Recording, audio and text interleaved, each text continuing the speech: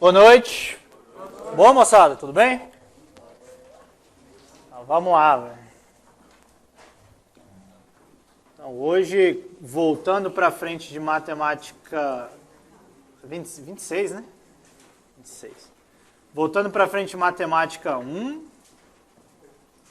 Hoje, de fato, a gente tem a nossa primeira aula dessa frente, né?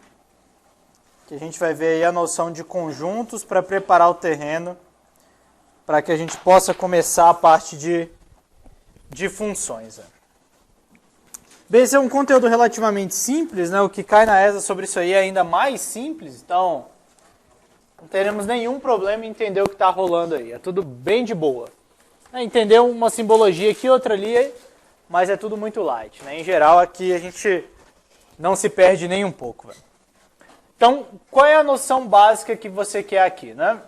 Tratar de conjuntos é você tratar de várias coisas ao mesmo tempo. É isso que você quer. Você não quer tratar de um único número, você quer tratar de várias coisas. Esse é o segredo de trabalhar com conjuntos.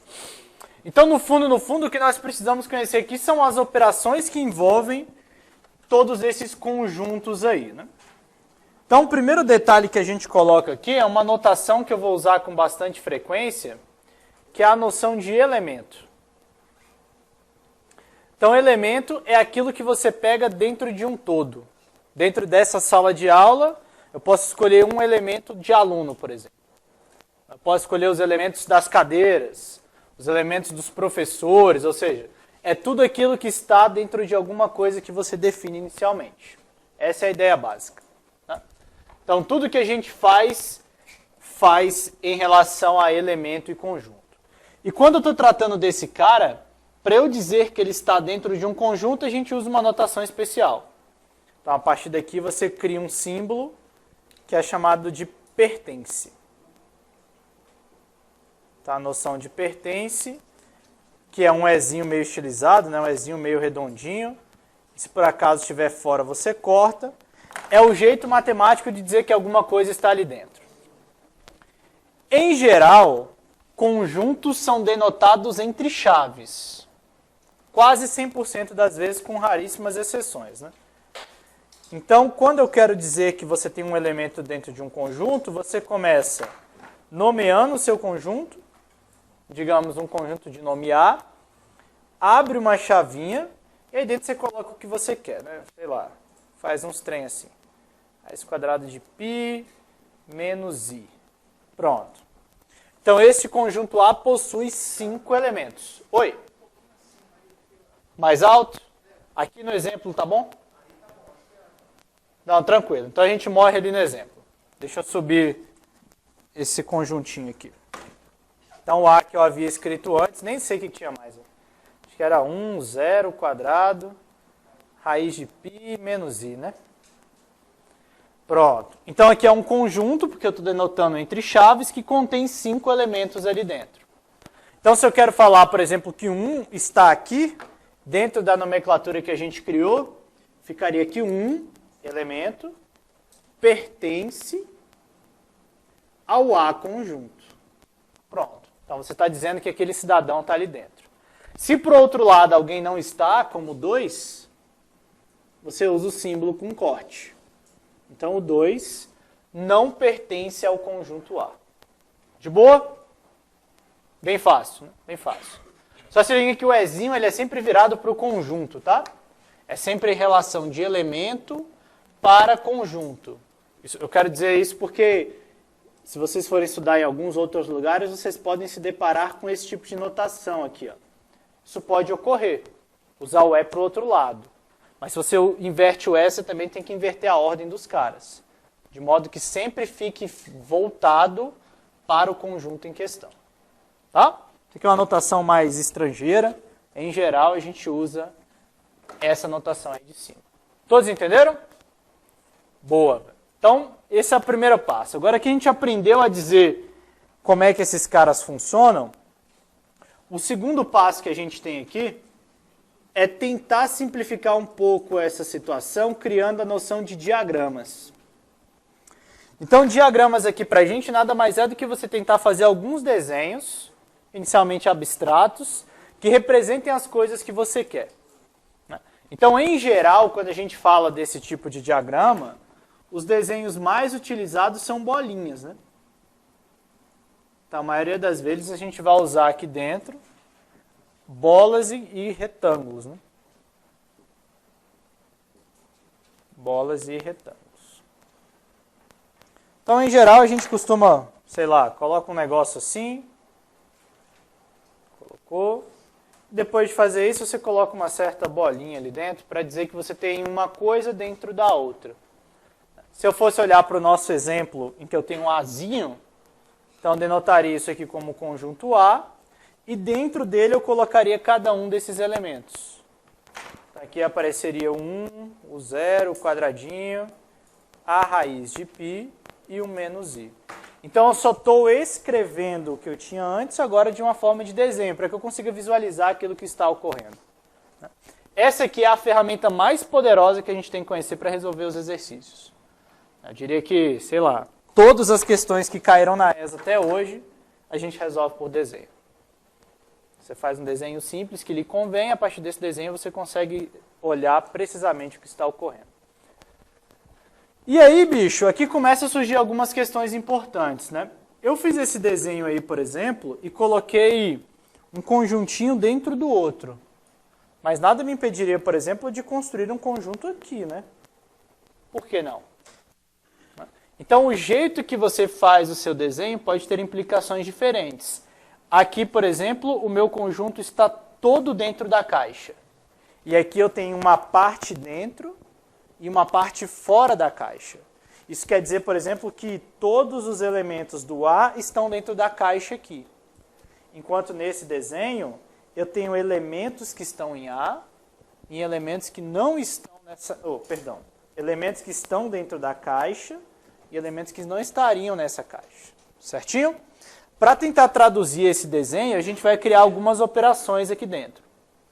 A primeira delas é a forma de se dizer que você tem um conjunto dentro do outro. Então, se o pertence fala que um elemento está dentro de um conjunto, o contém vai dizer que um conjunto está dentro do outro. Aqui a gente entra com essa história de contém ou contido. Então, aqui é uma relação que eu vou usar de conjunto e conjunto. Né? Então, você está dizendo aqui quando que uma coisa está dentro da outra. Beleza? Então, um exemplo fácil aqui, rápido de entender isso, só botar o símbolo aqui que eu me esqueci. O símbolo é um Czinho, né? Pode estar para um lado, pode estar para o outro, depende da forma que você está escrevendo. Mas digamos que você tem uma coisa assim, né?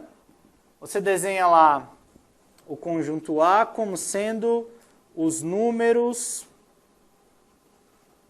ímpares. Pronto. Então, os números ímpares 1, 3, 5, 7, né? Essas coisas todas. E você pega o B como sendo o conjunto 1, 3, 7, 13 e 17. Bem, todo mundo consegue ver que o B está dentro do A aí, né? O A tem muito mais gente do que o B.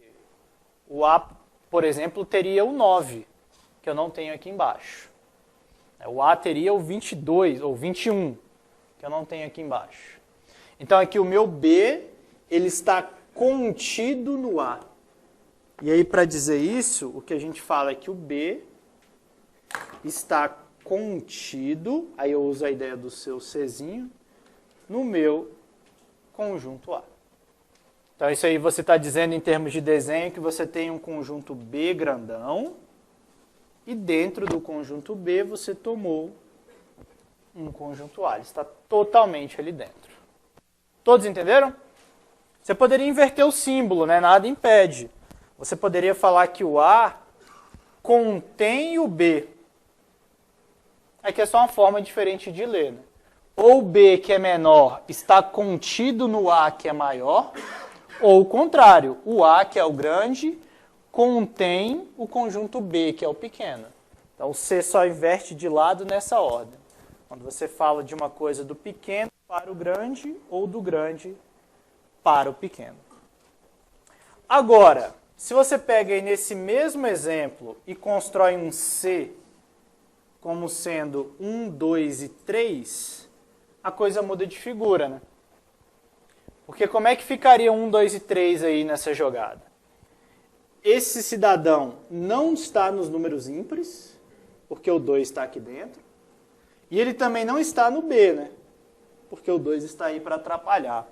Então ele seria algo mais ou menos que a gente tinha desenhado aqui antes, né? Você tem uma pessoa que está fazendo alguma coisa assim, ó, um conjuntinho C. Oi. Ah, eu inverti, é verdade. Perdão, troquei a ordem aqui.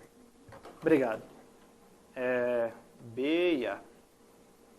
Valeu. Então, da forma que a gente definiu aí, você teria um C que teria o 2 fora, né? Que não está dentro de nenhum dos dois. E você teria o 1 e o 3 dentro do B.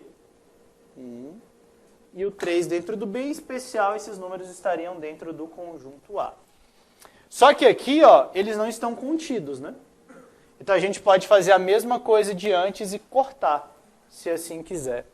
Então aqui você poderia dizer que o conjunto C não está contido no conjunto A, porque ele não está completamente lá dentro. Assim como você poderia dizer que o conjunto B não contém, se você quiser virar ao lado, o conjuntinho C. Mas o importante é entender que se você corta, é porque o cara deixa de estar completamente lá dentro. Logicamente falando, não estar dentro não quer dizer que está fora. Né? Não estar dentro quer dizer que não... exatamente. Pode ter um pedaço dentro, um pedaço fora, ou pode estar fora. Só não está lá dentro. Essa é a ideia básica. Fechou? Ótimo. Então, entendido que você está trabalhando agora com o sentido de contém contido, o próximo passo é tentar captar essa situação aqui, né? Então, o que você faz para decidir ou para representar quando você tem uma parte que está dentro e uma parte que está fora? E para isso a gente vai para a nossa próxima operação, que é o que a gente chama de interseção. Então, a interseção é exatamente esse pedacinho aí que você quer, né? A interseção seria os elementos em comum.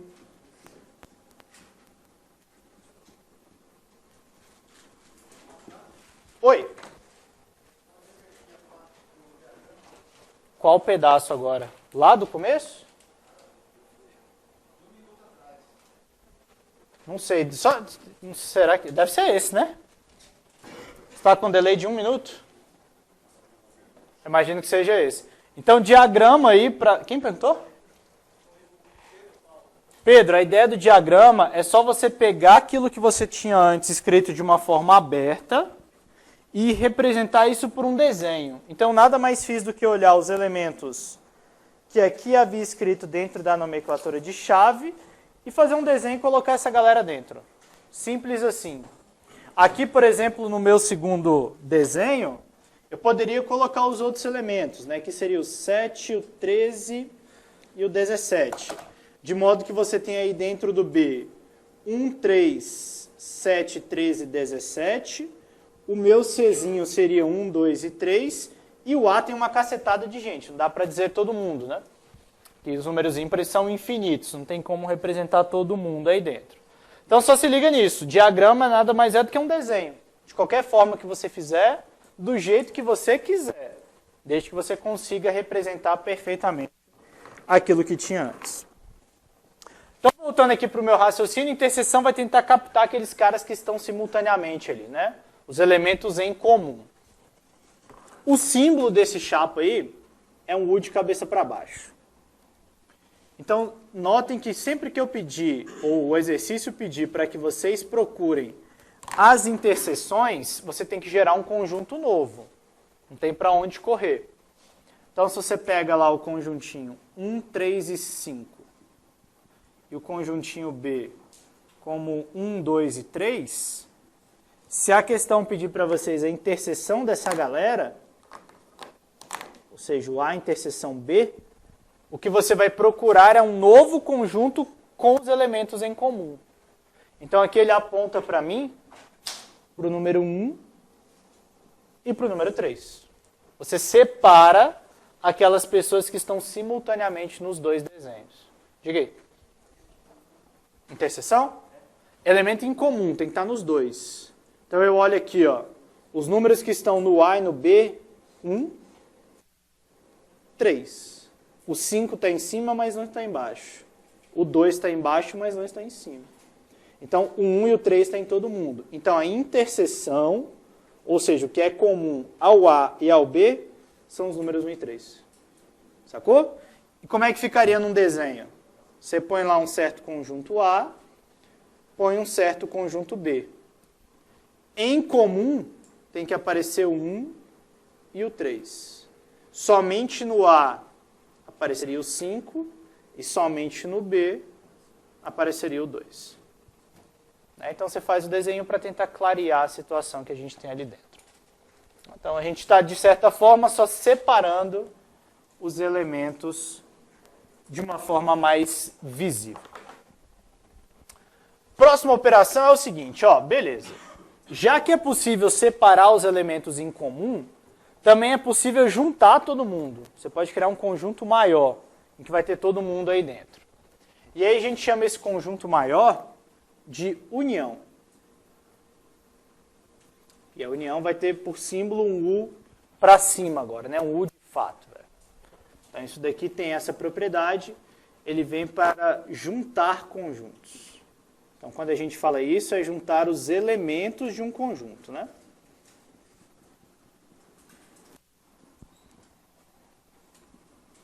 Dos conjuntos. Oi?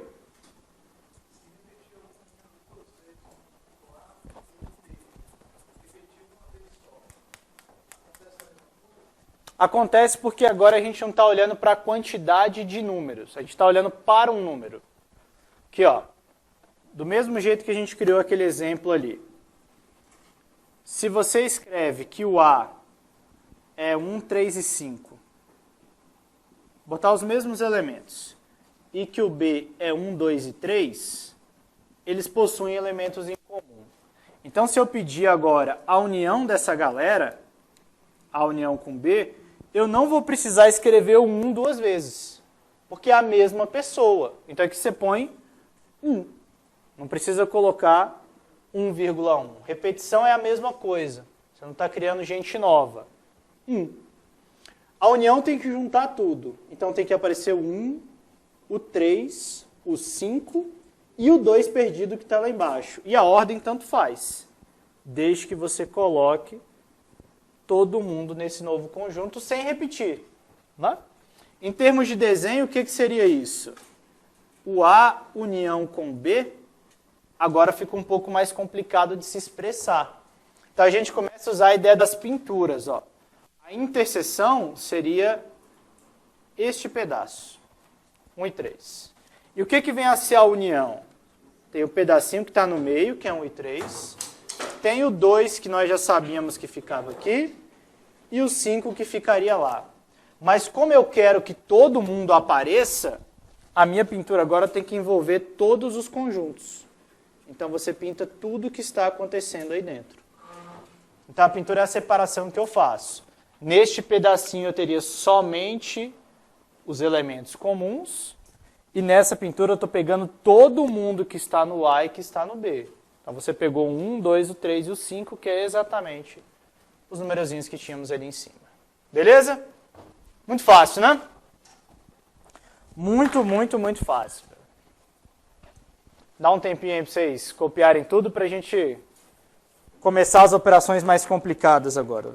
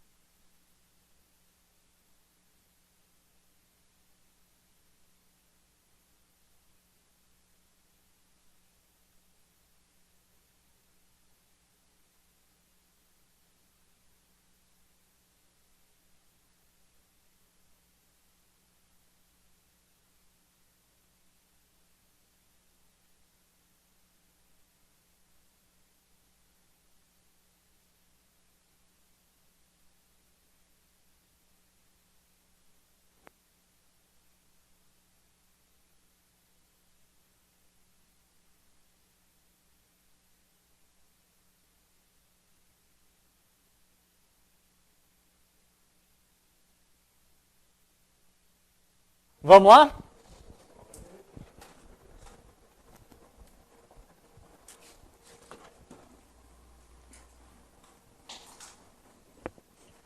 Ótimo, então está indo bem, né? Já aprendemos a colocar um conjunto dentro do outro, já aprendemos a separar os elementos em comum e aprendemos a juntar todo mundo.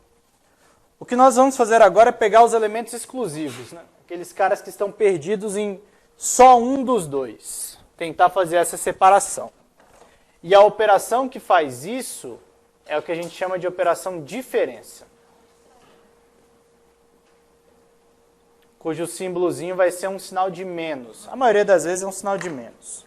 Pode vir com uma barrinha. Vamos colocar aqui, né? Pode ser um menos ou uma barrinha.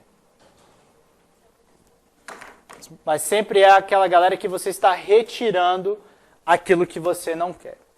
Então isso daqui capta aquilo que a gente falou inicialmente, né? A diferença procura os elementos exclusivos. Então, os elementos exclusivos. Então, quando que o exercício vai pedir isso daqui de vocês, né? Ele vai vir com palavras do tipo somente, só, né? Coisas nesse sentido. Sempre que ele tentar botar alguma coisa que se reduz a um único lugar, você está trabalhando no sentido da diferença. Então, de novo, no mesmo exemplo de antes, para tentar mexer, clarear sempre aquela situação, né? Se você pega o elemento, o conjunto A com os elementos 1, 3 e 5,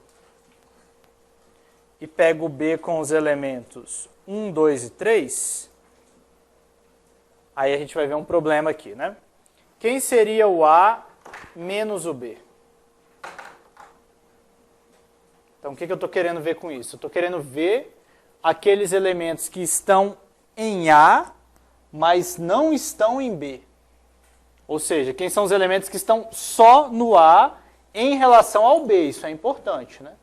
Então, em relação ao B, quem está só no A é o 5. Porque o 1 e o 3 estão tanto em cima quanto embaixo. Então, aqui você teria somente o 5.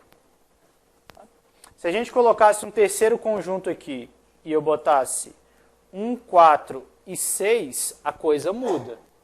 Quem seria, por exemplo, nesse caso, o A menos o C? Então, agora eu quero aqueles que estão só em A, mas em relação ao C. Ah, aqui não vê, né, bicho? Eu esqueci, perdão, velho. Mas agora vai assim. A gente faz outra coisa ali na frente. O A menos o C, o 1 está em cima e também está embaixo. Então, você não quer desse cara. O 3 está em cima e não está embaixo. Então, esse é porreta. E o 5 está em cima e também não está embaixo. Então, agora esses elementos virariam não só o 5, mas o 3 e o 5. Então, ele tem que ser exclusivo, mas ele tem que ser exclusivo em relação a alguma outra coisa. Você sempre tem que comparar com alguém para descobrir o que quer. Manda. Porque a ordem faz diferença. Eu estou falando do A menos o C. Então, aqui eu estou pedindo os elementos de A em relação ao C. Se você inverteu, aí muda. Então, o que seria o C menos o A? Aí você troca a pergunta, que é o que você está querendo.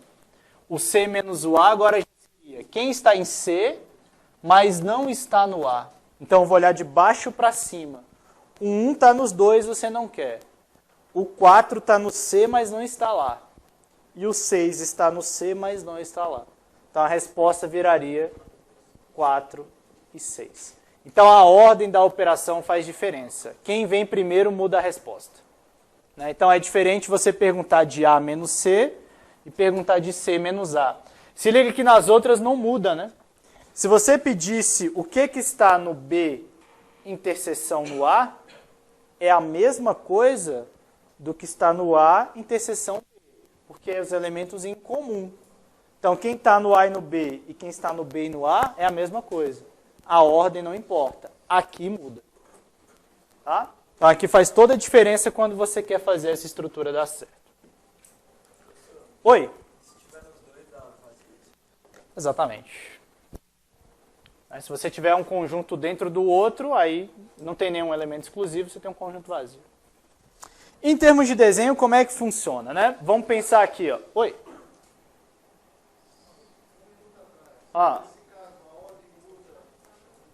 Tá respondido.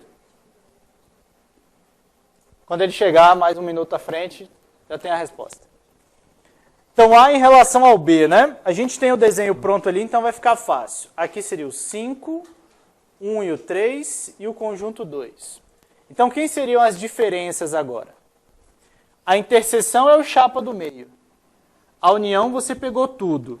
As diferenças, você pega só aqueles que estão em um dos dois. Então, esse pedacinho azul aqui, por exemplo, seria o A menos o B. Enquanto esse pedacinho vermelho do outro lado já seria o contrário, né? Estou olhando só no B. Então, esse cara seria o B menos o A. Você está pegando só os elementos que estão em um dos dois. Isso faz toda a diferença, né? Olhar quem está só em A é diferente de olhar quem está só no B. Diagrama triplo poderia ser montado aqui, né? O 1, vocês olham aí que está em todo mundo. E é o único cara, né? Então, a gente poderia ter um desenho aqui que, por que não, faria alguma coisa assim, né? Você teria o A, o B e o C, se assim quisesse. Aí, o que apareceria? O 1 estaria em todo mundo. Então, ele seria o elemento do meio. Está só lá dentro. Se eu for olhar o A em relação ao B, a gente já sabe que o 3 também tem que estar nos dois. Então, vamos olhar aqui, ó. O A em relação ao B tem que ter o 1 e o 3, certinho? Eu já tenho um 1, então está faltando o 3. Entenderam a ideia? Ó, esquece o C. Entre o A e o B tem que ter 1 e o 3. Se você já colocou 1, estava faltando o 3. Só no A do lado de cá a gente já sabe que tem que ter o 5. E só no B do lado de lá nós já sabemos que tem que ter o 2. Então agora falta colocar os elementos de C, né? Eu preciso colocar o 4 e o 6. Sabendo que o 4 e o 6 não estão nem no A e nem no B. Então eles são exclusivos do C. Então eles ficariam somente no conjunto C, sem olhar o que acontece naqueles pedaços. Aí estes pedaços, por não terem nada, a gente fala que são conjuntos vazios. Aqui dentro não tem nada. Representação do vazio, você pega um 0 e corta. Então, este é vazio, este é vazio. Diga, meu querido. Prontinho, vamos lá? Então, galera, a gente teve uma queda aí no primeiro exemplo. Então, eu vou fazer o segundo que recupera o primeiro para quem não viu da gravação. E para quem estava aqui, para a gente encerrar com um exemplo um pouco mais requintado, tá? Então, digamos que você tem essa estrutura aí ocorrendo. Ó. É um exercício clássico que já caiu em algumas outras provas sem ser militares, que faz uma divisão de 3 aí, né? Então, digamos que você tenha lá isso daí ocorrendo. De uma pesquisa com uma quantidade de pessoas que você não sabe, 40% gostam do produto A, 55% gostam do B, 35% gostam do C. 12 gostam do A e do B, 15 do A e do C, e 19 do A e do B. Para finalizar, 7% gostam do A, B e do C, e 135, 100%, não gostam de nada. Quantas pessoas foram entrevistadas? Então, você começou com a quantidade de pessoas que você não sabe, dividiu as suas respostas entre essa galera, e o único número que você tem de verdade é o 135 que não gosta de nada. Como é que você resolveria esse exercício? Então, o primeiro detalhe aqui é entender como é que o seu diagrama vai funcionar. E aí eu vou precisar colar um pouquinho desse diagrama que eu fiz aqui, que é um diagrama envolvendo 3 conjuntos agora, A, B e C. Então, vamos lá. Você tem um conjunto A, você tem um conjunto B, temos o conjunto C, e não podemos esquecer que existe o conjunto maior, que é o total de pessoas em que você não sabe quanto é, e é o que você quer descobrir. quem seria essa galera, né? Quantas pessoas foram entrevistadas aí nessa jogada. Regra básica de qualquer exercício de conjunto para vocês nunca mais esquecerem. Comecem sempre pelo meio. Sempre. Se você começar pelas pontas, vai dar errado. Eu tenho que partir da interseção tripla. Então, olhando no meu exercício, as pessoas que gostam de A, B e C representam 7%. Então, aqui tem 7%. Até aí, tranquilo? Então, informação usada, vai embora. Depois de ter feito o meio, você vai abrindo até chegar nas pontas. Então, agora eu vou olhar quem está nos duplos. A e B, A e C e B e C. Diga. O quê? Você pode, de fato você pode, porque está fora da figura, não vai atrapalhar. Dentro da figura é porque o meio faz toda a diferença, mas tem razão. Você pode colocar isso aí que não vai mexer em nada na sua conta, não. Então vamos olhar aqui, ó. O A e o B tem que ter 19. Qual é o comum que a gente comete? Olhei A e B, 19. Isso está errado. Não pode. Por quê? Porque quando eu olho A e B, se liga que o A e B é isso tudo. É o pedaço que está nos dois ao mesmo tempo. Então, se isso daí tudo tem de ser 19, eu já coloquei 7. Então, o que vai sobrar para mim não são 19, são 12. Porque 12 com 7 fecham os 19% que tinham antes. Então, esse é o motivo de eu ter sempre que começar pelo meio, para eu poder ir retirando as coisas repetidas. Beleza? Então, nessa mesma ideia, ó, quem estaria no B e no C? Tá? Aqui eu botei errado. B e C, né? Então, vai trocar os valores, né? A e B se torna, quanto? 5, né? 5, pronto. A ideia está mantida. Obrigado. Então, vamos lá. Quem ficaria no B e no C? Aí, um B e o C é o que a gente acabou de fazer, né? Por sinal. O B e o C juntos deveriam ter 19. Como eu já tenho 7 no meio, para fechar o B e o C, faltam 12. E para eu fechar aqui no A e no C, né? O A e o C deveriam ter 15. Tendo 7 no meio, para completar os 15, faltam 8. Alguém não entendeu? Eu fiz uma troca aí dos valores, né? Mas a ideia toda ficou clara? Ó, começa pelo meio, que é 7. E se liga que olhar, por exemplo, o A e o B é olhar isso aqui tudo, que já tem o 7. Então, se no A e o B está falando que tem que ter 12 e você já colocou 7, aqui em cima não pode ser 12. Tem que ser o que falta. Então, para completar os 12, faltam 5. Aí eu usei a mesma ideia para o A e para o C e para o B e para o C. Por exemplo, o B e o C tinham que ter 19. Tendo 7 no meio, para completar os 19, faltam 12. Beleza? E agora falta as últimas partes das bolinhas aí, né? Então eu sei que no A tem que ter 40. Mas eu já tenho no A, que é essa coisa toda aqui, né? Tudão, já tenho esses 3 pedaços. Então eu já tenho lá dentro 5 com 7, que é 12, com 8 dando 20. Para completar os 40, está faltando só 20%. E aí eu faço em todo o resto.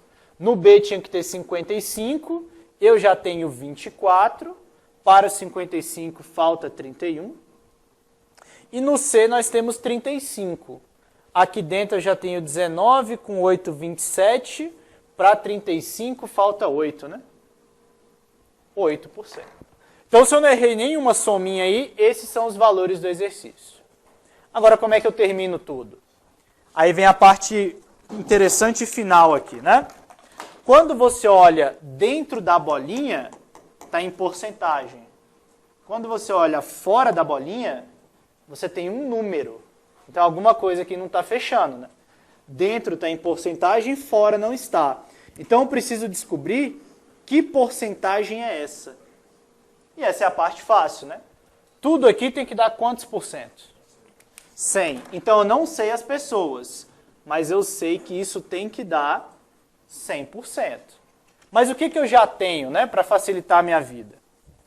Nós já sabemos aqui do A que tem que dar 40%, somando tudo, né? Então, 20 mais 5 mais 7 mais 8 deu 40, mais 8, 48, mais 12, 60, mais 31, deu 91%. Isso quer dizer que tudo aqui dentro dá 91. Então, quanto fica fora? Aí é o que está faltando, né? Tem que ser 9%. Então, esse cara aqui, que é um 135, na verdade, vale 9%. Que aí, quando eu somar tudo, você chega no 100. Então, qual é a resposta do exercício agora para tudo dar certo? 100% vale X. Não sei quanto é. Mas eu sei que 9% tem que valer 135. Aí você faz uma regrinha de 3, né? Multiplica cruzado. Então, só um segundo, só para terminar aqui. Então, 9x viraria 13.500. E aí, quando você passa esse chapa dividindo, vocês que viram a aula de bizu sabem fazer essa conta, porque eu não sei. Diga aí, bicho.